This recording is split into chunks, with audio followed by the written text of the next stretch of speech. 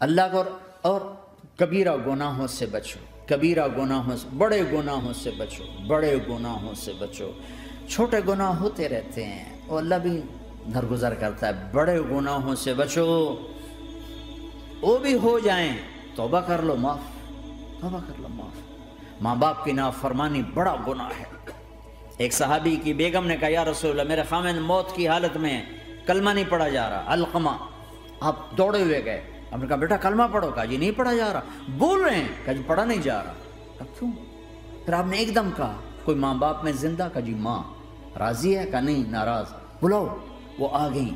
آپ نے کہا علقمہ کی اماں تمہیں بچے سے ناراض ہو؟ کہا جی ہاں۔ کیوں ناراض ہو؟ کہا جی اور کچھ نہیں، بہت نیک بچہ ہے، تہجد پڑھتا ہے، روزے رکھتا ہے، قرآن پڑھتا ہے، مجھ سے بدتمیز ہو کے بولتا ہے۔ وہ مجھے ابھی راستے میں بتا رہا تھا ایک ساتھی کہ جی یہاں کے جو بچے ہیں وہ ماں باپ کے ساتھ بہت بدتمیز ہو کے بولتے ہیں۔ پہلا قصور ماں باپ کا، انہوں نے کب ٹائم دیا تھا؟ انہوں کو ٹائم دیا تھا بچوں پر محنت کے لیے؟ کہا یا رسول اللہ اور کچھ نہیں ہے، بدتمیز ہو کے بولتا ہے۔ تو آپ نے کہا معاف کر دے، کہا میرا دل ٹوٹا ہوا ہے۔ آپ نے کہا اچھا اگر میں اسے آگ لگاؤں پھر سفارش کرو گی، معاف کرو گی؟ کہا پھر تو کروں گی، اتنا تو میں نہیں سہ سکتی۔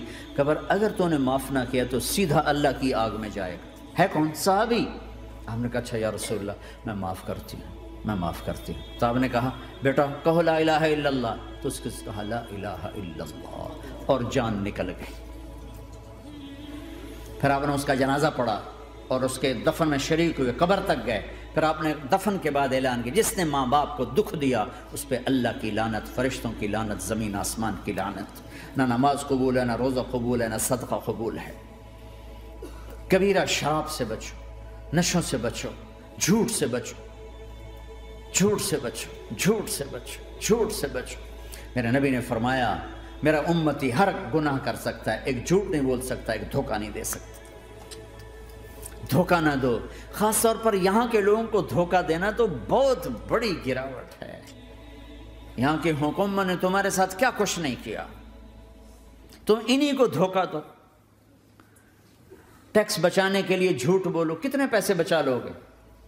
جھوٹ بول کے تم نے سارا ملک بچا لیا تو اللہ کی قسم گھاٹے کا سودا۔ پیسہ نہ بچاؤ، سچ کو بچاؤ۔ سچ پراپرٹی ہے، پیسہ پراپرٹی نہیں ہے، سچ پراپرٹی ہے۔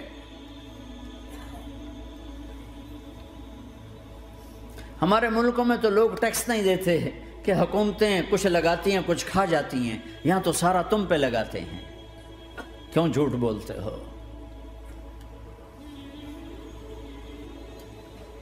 کیوں دھوکہ دیتے ہو؟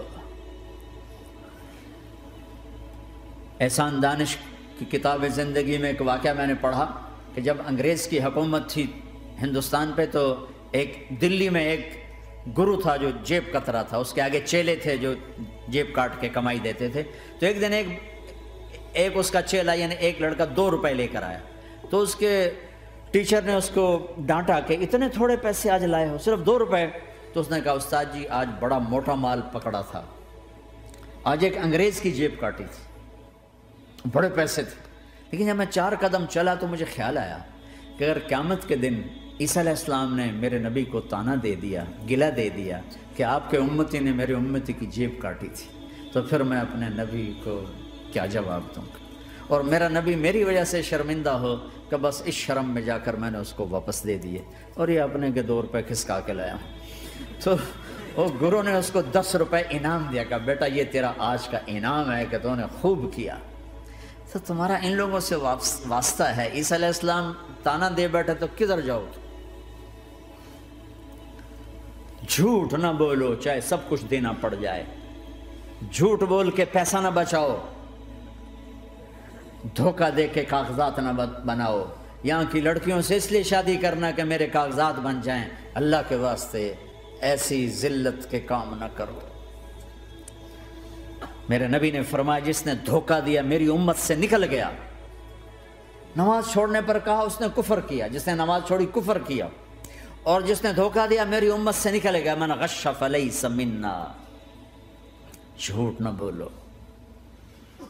دھوکہ نہ دو، سب کچھ چلا جائے جانے دو، سچ کا ساتھ نہ، سچ کا ساتھ دو۔ ابن خراش رحمۃ اللہ علیہ کے بارے میں مشہور تھا، زندگی بھر کبھی جھوٹ نہیں بولا۔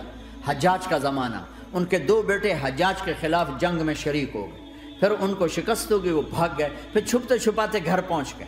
CID نے بتایا کہ وہ گھر آ گئے، تو حجاج نے کہا آج ابن خراش کا امتحان لوں گا۔ ان کو بلا لیا، کہنے لگا ابن خراش، وہ تیرے 2 بیٹے ہمارے خلاف جنگ میں شریک ہوئے تھے، وہ پہ بھاگ گئے تھے، ان کی کوئی خبر ہے کہاں ہے؟ تو انہوں نے مسکرا کر فرمایا کہ حجاج، زندگی موت تو اللہ کے ہاتھ میں، گھر آ چکے ہیں، گھر میں ہیں، ابھی یہیں چھوڑ کے آیا ہوں۔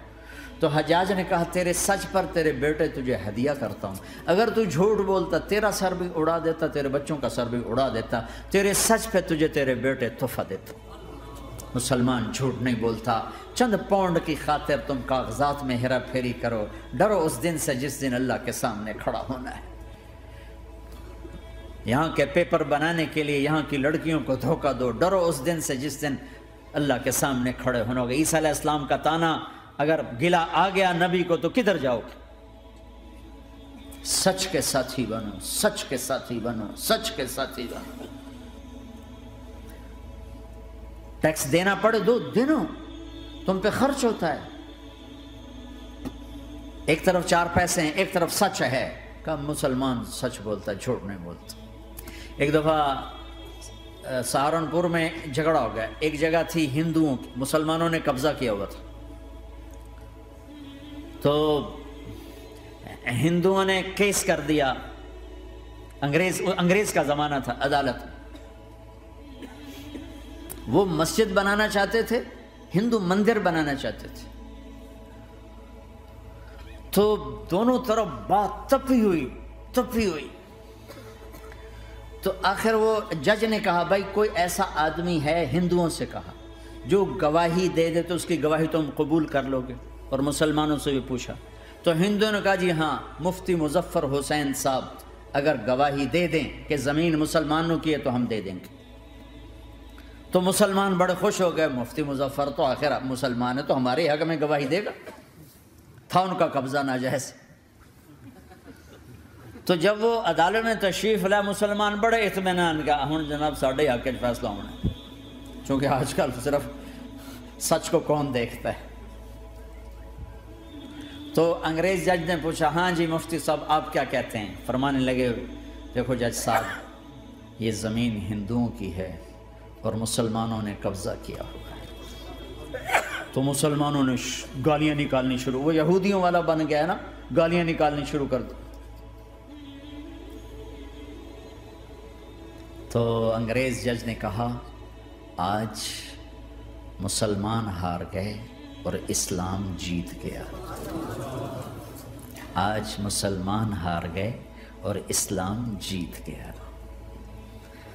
اپنی ہار مان کے اسلام کو جتاتا، سچ بول کے اسلام کو جتاتا، جھوٹ کے ساتھی نہ بنو، سچ کے ساتھی، جھوٹ کے کاغذ بنا کر کوئی بینیفٹ حاصل نہ کرو۔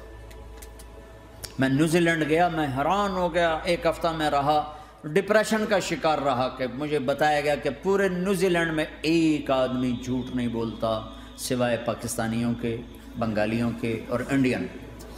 جو بنگالی، جو پاکستانی، جو انڈین پہنچے یہ جھوٹ بولتے ہیں، ہیرا پھیری کرتے ہیں، ان میں ایک آدمی جھوٹ نہیں بولتا۔